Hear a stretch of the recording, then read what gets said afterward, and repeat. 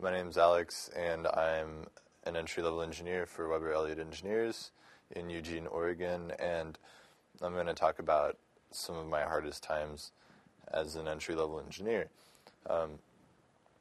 For me, personally, my hardest day as an entry-level engineer was just the amount of routine calculations I had to do.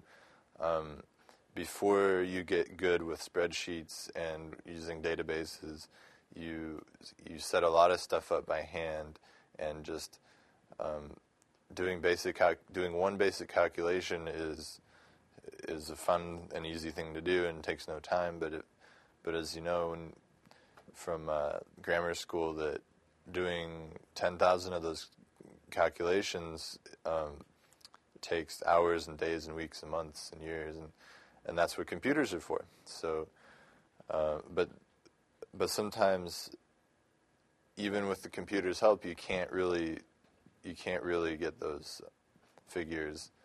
You can't really save any time, and so one of my hardest days was actually having to spend a couple of weeks just pulling numbers off of plan documents to enter into the database, just to get the database to give me the answers I wanted.